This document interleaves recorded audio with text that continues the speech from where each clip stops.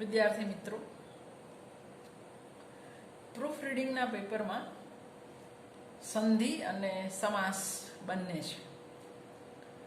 સમાસનો એક video already પિંકીબેનનો તમને મોકલેલો છે. આજે આપણે સંધિ અને એના સ્વર અને વ્યંજનના જે નિયમો છે એની વાત કરીશું. સૌ પહેલા તો આપણને એક પ્રશ્ન થવો જોઈએ કે સંધિ એટલે શું. એ પ્રશ્નનો જવાબ જાણતા પહેલા થોડાક શબ્દો જોઈએ જે હું ને તમે રોજિંદા વ્યવહારમાં વાપરીએ છીએ. દાખલા તરીકે લાભાલાભ, દાખલા તરીકે મનોરથ, દાખલા તરીકે તલ્લીન. હું ગીત સાંભળવામાં તલ્લીન થઈ ગઈ, મારું મનોરથ આ છે. આ આપણે વાપરીએ છીએ.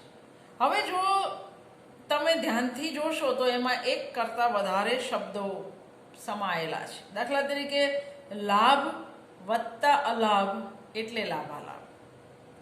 તત્ તખોડો, તત્ વત્તા લીન તો તલ્લીન.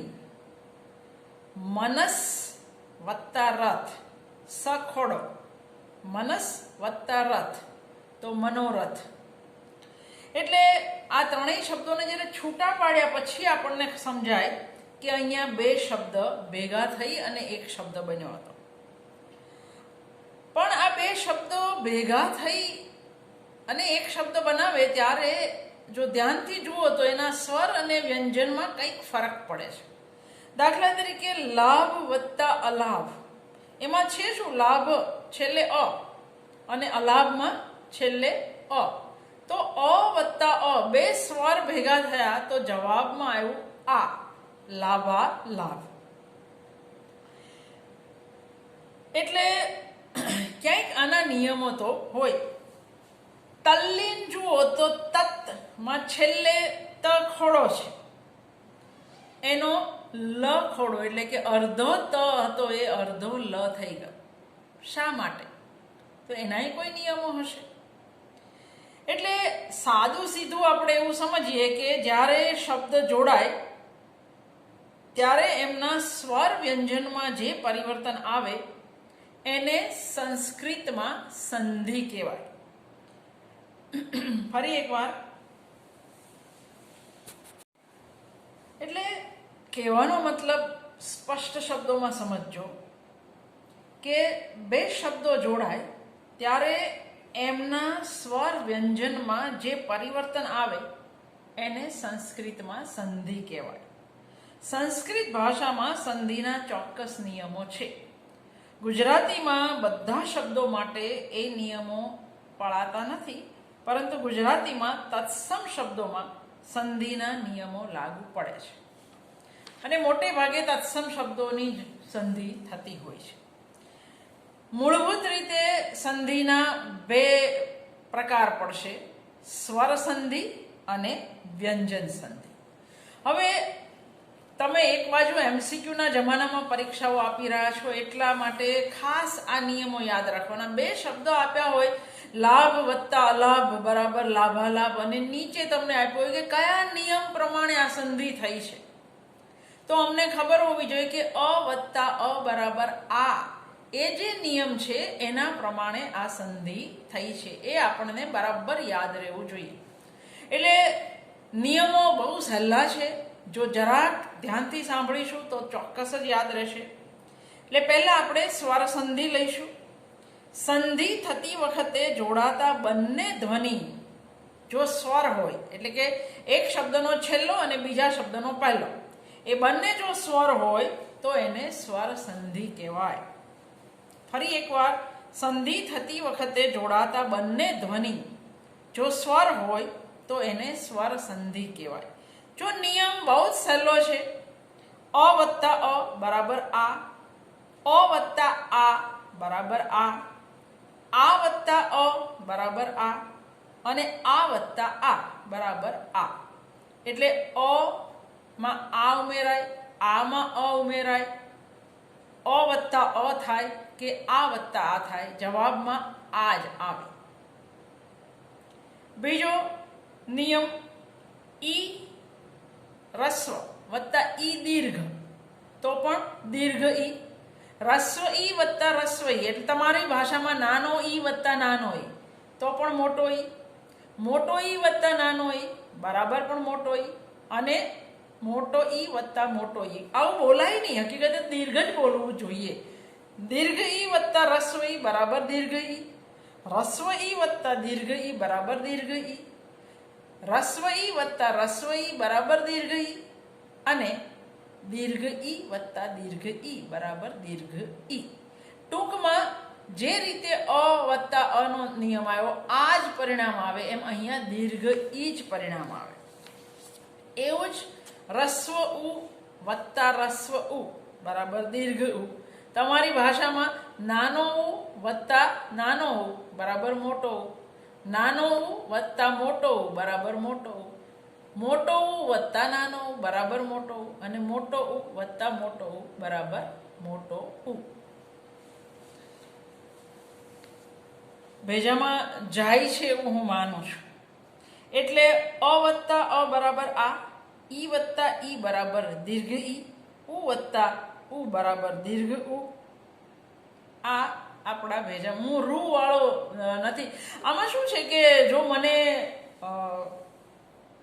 પાવર પોઈન્ટ પ્રેઝન્ટેશન આવડતું હોત તો હું આ બધું તમને લખાણમાં મૂકતી જતી હોત, પણ કમનસીબે મને એ આવડતું નથી.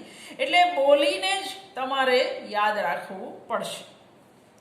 એટલે હવે જો આપણે દાખલા લઈએ, વિંધ્ય વત્તા અચળ તો અ વત્તા અ થયો, આ થઈ જશે એટલે વિંધ્યાચળ જે પર્વતનું નામ છે. ઉત્તર વત્તા અયન, અ વત્તા અ તો હમણાં જ 2 દિવસ પહેલા જે ગઈ ઉત્તરાયણ, ઉત્તર વત્તા અયન ઉત્તરાયણ. સહ્ય વત્તા અદ્રી, સહ્યાદ્રી આ પણ પર્વતનું નામ છે. દ્રષ્ટ વત્તા અંત, દ્રષ્ટાંત. અધમ વત્તા અધમ, અ વત્તા અ અધમા અધમ. વાત વત્તા આવરણ, અ વત્તા આ પણ આ જ થાય, વાત વત્તા આવરણ વાતાવરણ. સ્વ વત્તા આશ્રય, અ વત્તા આ સ્વાશ્રય. રત્ન વત્તા આકર, રત્નાકર. જળ વત્તા આશય, જળાશય. તમે નિયમ જોઈ શકો છો, અ વત્તા આ થાય છે. વિદ્યા વત્તા અભ્યાસ, આ વત્તા અ પણ પરિણામ તો આ જ આવશે, વિદ્યાભ્યાસ. ભાષા વત્તા અંતર, ભાષાંતર. મિથ્યા વત્તા અભિમાન, આ વત્તા અ મિથ્યાભિમાન. રેખા વત્તા અંશ, આ વત્તા અ રેખાંશ. વિદ્યા વત્તા આલય, આ વત્તા આ વિદ્યાલય. મહા વત્તા આશય, આ વત્તા આ મહાશય. સમ વત્તા અંતર, અ વત્તા અ સમાંતર. એક વત્તા અંત, એકાંત. બ્રહ્મ વત્તા અંડ, અ વત્તા આ બ્રહ્માંડ. વિવેક વત્તા આનંદ, અ વત્તા આ વિવેકાનંદ. સત્ય વત્તા આગ્રહ, ફરી એકવાર અ વત્તા આ સત્યાગ્રહ. મહત્વ વત્તા આકાંક્ષા, અ વત્તા આ મહત્વાકાંક્ષા. વિદ્યા વત્તા અર્થી, આ વત્તા અ વિદ્યાર્થી. ચિંતા વત્તા આતુર, આ વત્તા આ ચિંતાતુર. કરુણા વત્તા આનંદ, આ વત્તા આ કરુણાનંદ. વાર્તા વત્તા આલાપ, આ વત્તા આ વાર્તાલાપ. હવે બીજો નિયમ ઈ વત્તા ઈ નો, તો હરિ રસ્વ વત્તા ઈચ્છા તો હરિચ્છા દીર્ઘ થઈ જશે. જેમ રવિ વત્તા ઇન્દ્ર વરસ્વ હોય પણ પછી દીર્ઘ ઈ. આ એ જો યાદ રાખશો તો તમે રવિન્દ્રનાથ ટાગોરને કોઈ દિવસ રસ્વ નહીં લખો. રવિન્દ્ર પારેખ તો વ દીર્ઘ જ હોય, રસ્વ ન હોય. કારણ કે રસ્વ ઈ વત્તા દીર્ઘ ઈ બરાબર દીર્ઘ ઈ, રસ્વ ઈ વત્તા રસ્વ ઈ બરાબર દીર્ઘ ઈ, દીર્ઘ ઈ વત્તા દીર્ઘ ઈ બરાબર દીર્ઘ ઈ. એટલે સંધિ જ્યારે થતી હશે ત્યારે દીર્ઘ જ આવશે. એ રવિન્દ્ર હોય, એ કવિન્દ્ર હોય, એ કવિશ્વર હોય, એ હરિચ્છા હોય, કશું પણ. હરિ રસ્વ, હરિ વત્તા ઈચ્છા, હરિચ્છા ર દીર્ઘ. પરી વત્તા ઈક્ષા, પરિમાં ર રસ્વ છે, પણ જે આપણે આપીએ છીએ પરીક્ષા એ હંમેશા દીર્ઘ હોય. જો આ નિયમ આવડતો હશે તો તમે પરીક્ષા ક્યારેય રસ્વ લખશો નહીં. પરીક્ષા દીર્ઘ જ થાય. રવિ રસ્વ વત્તા ઇન્દ્ર તો રવિન્દ્ર વ દીર્ઘ. હરિ વત્તા ઇન્દ્ર હરિન્દ્ર, તમે હરિન્દ્ર દવેને રસ્વ લખો છો એ ખોટું છે. હરિન્દ્ર હંમેશા દીર્ઘ જ થાય.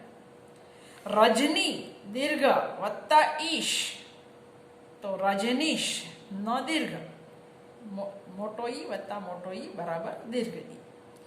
અવની વત્તા ઈશ અવનીશ, કોઈ રજનીશ કોઈ અવનીશ રસ્વ હોઈ શકે નહીં, એ દીર્ઘ જ હોય. એટલે જો આટલો સાદો નિયમ આવડતો હોય તો આપણી જોડણી કેટલી સુધરી જાય. તમને એવું થાય ને કે પ્રૂફ રીડિંગના પેપરમાં શા માટે સંધિને સમાસ ભણાવવાના, પણ એનું કારણ આ છે કે એના આધારે આપણી જોડણી સુધરી શકે. એટલે સીધો સાદો નિયમ છે કે રસ્વ ઈ વત્તા દીર્ઘ ઈ, દીર્ઘ ઈ વત્તા દીર્ઘ ઈ, રસ્વ ઈ વત્તા રસ્વ ઈ. કશો પણ સરવાળો કરો એનો જવાબ હંમેશા દીર્ઘ ઈ જ આવે. અને દીર્ઘ ઈમાં રવિન્દ્ર, કવિન્દ્ર, હરિન્દ્ર, કવિશ્વર, કવિ વત્તા ઈશ્વર. કવિ રસ્વ છે પણ કવિશ્વર દલપતરામ એવું લખીએ તો વ દીર્ઘ થાય. એટલે જો આપણે કવિના આધારે રસ્વ કરીએ તો એ ખોટું છે. હવે ઉ વત્તા ઉ, જવાબ ત્યાં પણ દીર્ઘ ઉ જ આવવાનો છે. નાનો ઉ વત્તા મોટો ઉ, નાનો ઉ વત્તા નાનો ઉ, મોટો ઉ વત્તા મોટો ઉ, એટલે કે દીર્ઘ વત્તા દીર્ઘ, રસ્વ વત્તા દીર્ઘ, રસ્વ વત્તા રસ્વ ઉ, જવાબ દીર્ઘ ઉ જ આવવાનો છે. દાખલા તરીકે રઘુ વત્તા ઉત્તમ તો રઘુત્તમ થશે પણ ઘ દીર્ઘ થશે. ભાનુ વત્તા ઉદય તો ભાનુદય ન દીર્ઘ થશે. સિંધુ વત્તા ઉર્મી, સિંધુર્મી ધ દીર્ઘ થશે. સુ વત્તા ઉક્તિ, સુ એટલે સારી, સુક્તિ સારી, સારા વાક્ય, સુવાક્ય જેને તમે કહો છો, સુક્તિ સદીર્ઘ. ઉ પછી નાના ઉ પછી મોટો ઉ આવે તો બંને મળીને દીર્ઘ ઉ થાય. હવે આ જે આપણે નિયમો જોયા અ, ઈ અને ઉના, તમે ધ્વનિ વિજ્ઞાન ભણો છો. અહીં તમે જોઈ શકશો કે અ અને આ એક જ સ્થળેથી ઉચ્ચારાય છે જીભના. એ જ રીતે ઈ અને દીર્ઘ ઈ, ઉ અને દીર્ઘ ઉ પણ એક જ સ્થળેથી ઉચ્ચારાય છે. એની વચ્ચે રસ્વત્વ અને દીર્ઘત્વ સિવાયના કોઈ ભેદ નથી. અને એટલે અ, આ, ઈ, ઉ ને સજાતીય સ્વર કહેવાય. સજાતીય શા માટે? એક જગ્યાએથી જીભના એક જગ્યાએથી એનું ઉચ્ચારણ થાય છે એટલા માટે. આ ઉપરથી એવો એક નિયમ તારવી શકાય કે બે સજાતીય સ્વર જ્યારે સાથે આવે ત્યારે એ બેને બદલે એ સ્વરનું દીર્ઘ રૂપ મુકાય છે.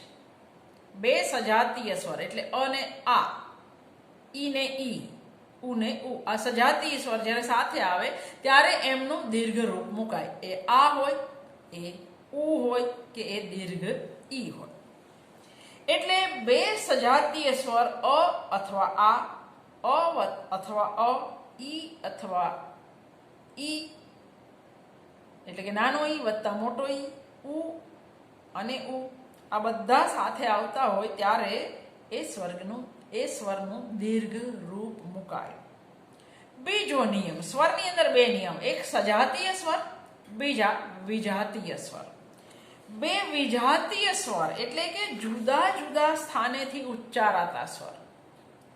તમે જયંત કોઠારીના ભાષા વિજ્ઞાનમાં સ્વર ક્યાંથી ઉચ્ચારાય, સજાતીય કોને કહેવાય, વિજાતીય કોને કહેવાય એ ભણ્યા છો. ભાષા વિજ્ઞાનની અંદર આ ભણવામાં આવે છે. એટલે હવે જો સજાતીયમાં આપણે જોયા અ આ ઈ ઉ, પણ હવે એ, ઓ, ઐ, ઔ, અર આ બધા વિજાતીય છે, એક જગ્યાએથી બોલાતા નથી. એટલે નિયમ આવો થશે, જો યાદ રાખવો પડશે, અ અથવા આ વત્તા ઈ અથવા મોટો ઈ. એટલે તમે રસ્વ અ દીર્ઘ આ વત્તા રસ્વ ઈ દીર્ઘ ઈ કશું પણ કરો, જવાબમાં આવે એ. અ વત્તા ઈ બરાબર એ, આ વત્તા ઈ બરાબર એ. અ વત્તા આ વત્તા ઉ દીર્ઘ તો ઓ. ફરી એકવાર અ આ વત્તા ઈ બરાબર એ. અ આ વત્તા ઉ જવાબમાં આવે ઓ. અ આ વત્તા રૂ જવાબમાં આવશે અર. અ આખો ર ખોડો. અ આ વત્તા એ. હવે જો બે સંધિ થઈ, એ એટલે શું છે, અ આ વત્તા ઈ ઓલરેડી. હવે તમે અ આમાં એ ઉમેરો છો, સમજાય છે? તો જવાબ આવશે ઐ, પેલું કઈ વાળો ઐ. અને અ આ વત્તા જો ઓ કરો તો ઔ, કૌશલ્ય વાળો ઔ. બે વાર યાદ રાખીએ તો અઘરું નથી. અ આમાં જો તમે ઈ ઉમેરો તો એ થાય. અ આમાં જો તમે ઓ ઉમેરો તો ઓ થાય. હવે અ આમાં જો તમે એ ઉમેરો તો આઈ થાય. અને અ આમાં તમે ઓ ઉમેરો તો ઔ થાય.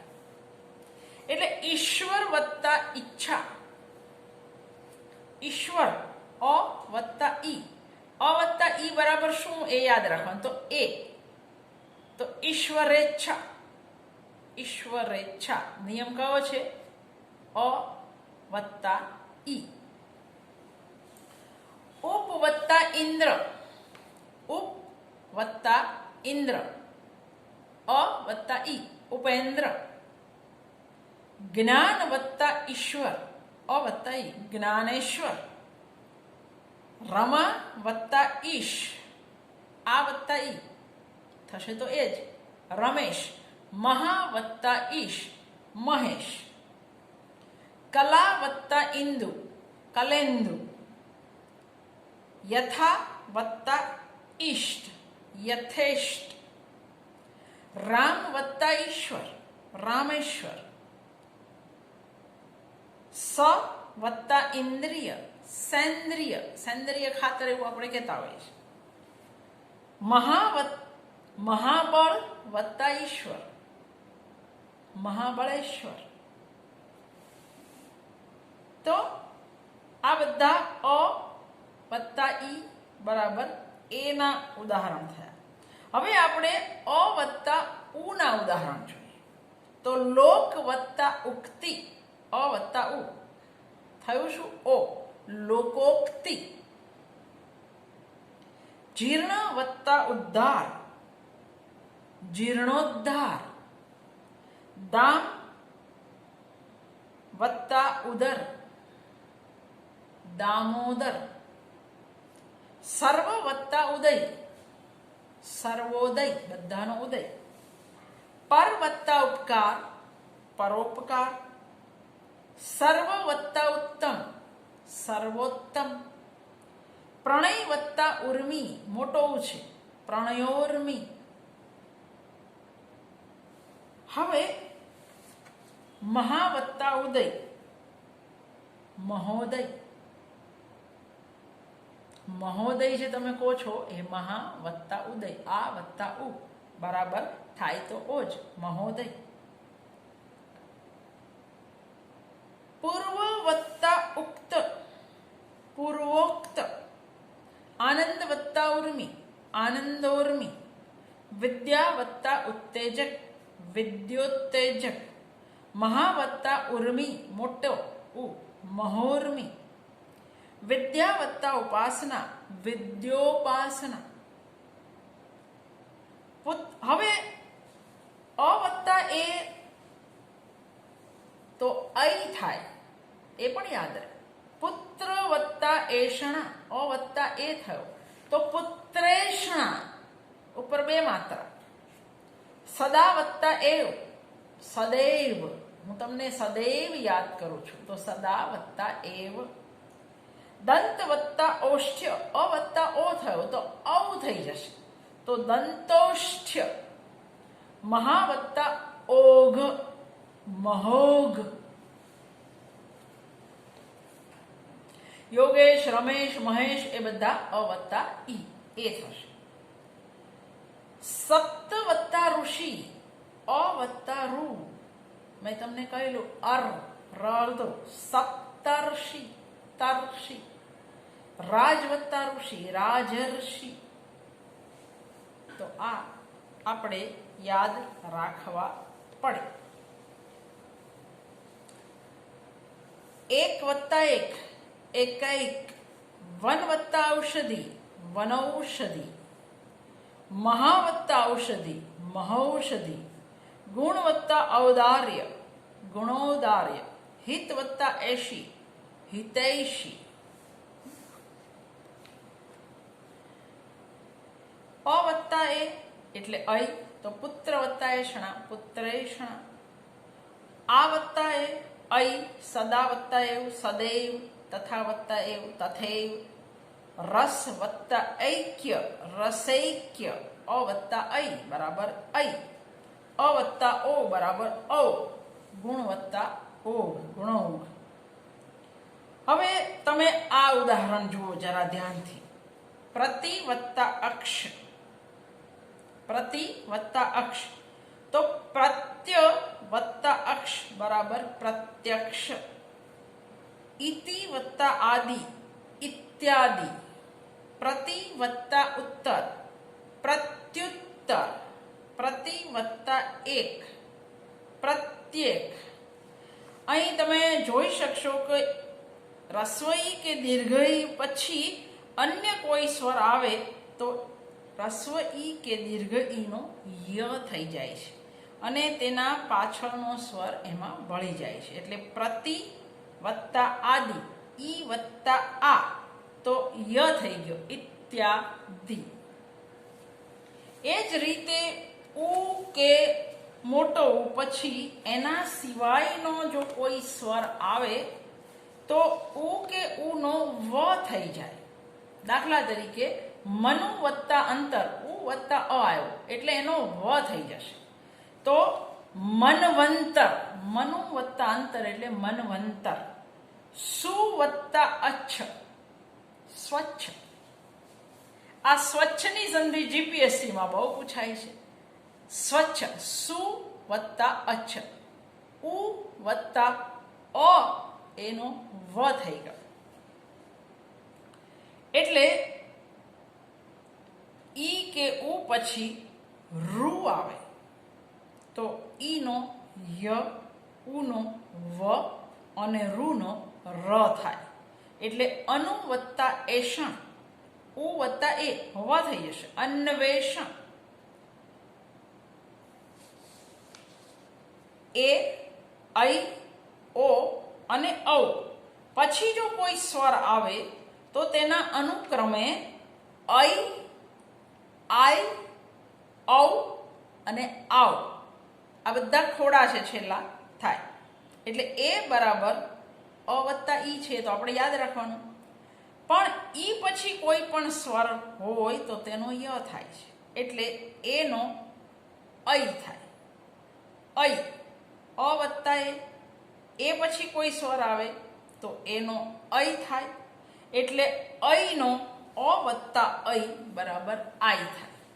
આમ તો લખીને જ આ વધારે સમજ પડે, પણ આપણે કહીએ કોરોનાને કે જલ્દી જાય. એટલે જો આ નિયમ પ્રમાણે ને વત્તા અન, એ વત્તા અ, એ એટલે અ વત્તા ઈ, પણ પછી ઈ એટલે કોઈ પણ સ્વર આવ્યો, અ આવ્યો એટલે એનો ય થશે. એટલે ને વત્તા અન તો નયન. જે રીતે સ્વચ્છ બહુ પૂછાય છે, સુ વત્તા અચ્છ, એ રીતે નયન પણ બહુ પૂછાય છે. ને વત્તા અન બરાબર નયન. ગઈ વત્તા અન બરાબર ગાયન. નઈ વત્તા અક બરાબર નાયક. અને નવ વત્તા ઇક બરાબર નાવિક.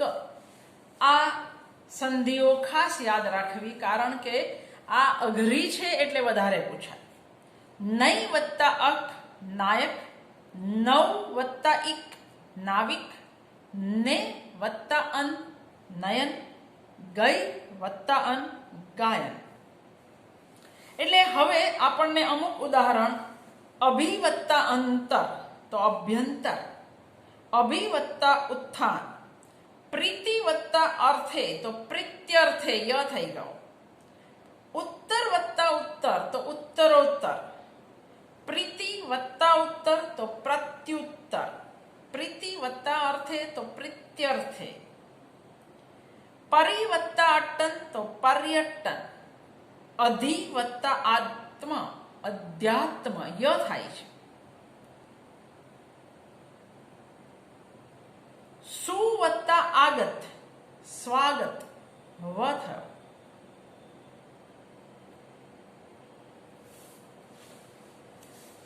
થોડાક ઉદાહરણો એમ જ, ઉદ્ વત્તા હાર ઉદ્ધાર, મહત વત્તા ત્વ એટલે મહત્વ, ત ડબલ છે, અસ્તિ વત્તા ત્વ અસ્તિત્વ,